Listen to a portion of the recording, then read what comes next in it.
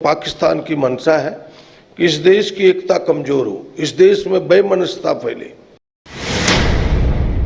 आतंकियों के खिलाफ थे, आतंकवादियों के खिलाफ थे और आज भी आतंकवादियों के खिलाफ हैं, कल भी आतंकवादियों के खिलाफ रहेंगे।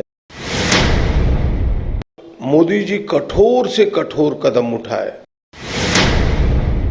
हम देश एकजुट रहे, हिंदू हो, मुसलमान हो, सिख हो, ईसाई हो, हम ना आपस में बटे। मुसलमानों ने भी जो वहां थे, चाहे घोड़े वाले हों, चाहे गाइड हों, उन्होंने भी अपनी जान दी है। सीसीएस की बैठक में प्रधानमंत्री नरेंद्र मोदी ने कई अहम फैसले लिए हैं। आज इसी पर हम चर्चा करेंगे। हमारे साथ विधायक दल के नेता प्रदीप यादव मौजूद है। बातचीत करते हैं कि प्रधानमंत्री नरेंद्र मोदी ने बैठक के दौरान जो दिशा निर्देश या फिर कह सकते हैं जो निर्णय लिया है, उसको कांग्रेस किस रूप में ले रही है। देखिए, इस देश में आतंकवादी हमला हो तो मुझे लगता है कि पूरा देश एकजुट है, प्रधानमंत्री के साथ पूरा देश खड़ा है।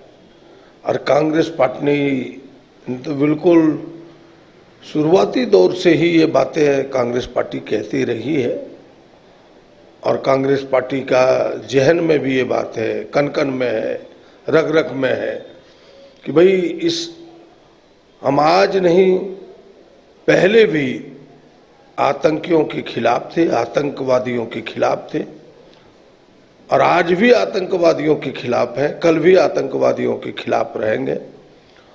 और मोदी जी कठोर से कठोर कदम उठाए और इन आतंकियों को सह देने वाले जो लोग हैं, जो देश है, उस देश के लिए भी जो कठोर कदम सरकार उठाएगी, पार्टी उनके साथ खड़ी रहेगी। सिंधु जल समझौता को पूरे तरीके से खत्म कर दिया गया है। इसके साथ ही कई अहम फैसले जो है लिए गए हैं। 48 घंटे में जो पाकिस्तानी यहाँ है उन्हें जाने का भी निर्देश दिया है। इस फैसले को किस रूप में ले रही है कांग्रेस? देखिए, जो सरकार बेहतर समझती है उन निर्णयों को ले, उसकी समीक्षा हो रही है। हमें लगता है कि इस पर अभी कुछ कहना थोड़ी जल्दीबाजी होगी। सर्वदलीय बैठक भी बुलाई गई है। कांग्रेस क्या सोच रही है? कांग्रेस को क्या उम्मीद है कि सरकार किस तरीके से फैसले ले और कैसी उम्मीद कांग्रेस जो है वो जता रही है कि आने वाले समय में कितनी कठोर जो कार्रवाई है वो हो? क्या आपने देखा होगा कांग्रेस के रुख को, हमारे नेताओं के रुख को, तो घटना के तुरंत बाद ही कांग्रेस ने सरकार से आग्रह किया कि आप सर्वदलीय बैठक बुलाएं ताकि सारे दल के लोग देश हित में, इस देश की एकता और अखंडता के हित में अपनी मजबूती आपको दे सके और दुनिया में एक संदेश जाए कि नहीं, पूरा देश इस विषय पर एक साथ है, सारे लोग एक साथ हैं। और हमें लगता है कि वही बात सर्वदलीय बैठक में कांग्रेस अपना परोसेगी, कहेगी कि हम आपके साथ हैं, आप अपने कदम को आगे बढ़ाएं। निर्दोष लोगों की हत्या की गई है और ऐसे में आपने देखा होगा इसको भी लेकर सियासी सरगर्मी राज्य की तेज हो गई है। भारतीय जनता पार्टी के अध्यक्ष बाबूलाल मरांडी ने भी कई बातों का जिक्र किया है, लेकिन इस बीच सभी की निगाहें टिकी हुई है कि आखिर कांग्रेस का क्या स्टैंड होगा, क्योंकि केंद्र सरकार तो फैसले ले रही है। तो क्या कांग्रेस, जो भी केंद्र सरकार फैसले लेती है, क्या कांग्रेस उनके साथ है? क्या कदम से कदम मिलाने के लिए कांग्रेस तैयार है? नहीं, मैं पहले भी कहा, फिर दूर आता हूं कि कांग्रेस साथ खड़ी है, लेकिन कांग्रेस को इस बात का ऐतराज है कि जिस प्रकार से आतंकियों की मंशा है, आतंकी के पीछे बैठी हुए देश का मंशा है, अगर मैं कहूं तो पाकिस्तान की मंशा है कि इस देश की एकता कमजोर हो, इस देश में बेमनस्ता फैले। इसीलिए उन्होंने जानबूझ के हिंदुओं को लक्षित किया है ताकि हिंदू मुसलमानों की एकता यहाँ कमजोर हो, उनके झांसे में आकर के। हमें इस बात को ध्यान में रख करके अपनी बातों को समाज में देना होगा कि भाई किस प्रकार से हम देश एकजुट रहे, हिंदू हो, मुसलमान हो, सिख हो, ईसाई हो, हम ना आपस में बटे।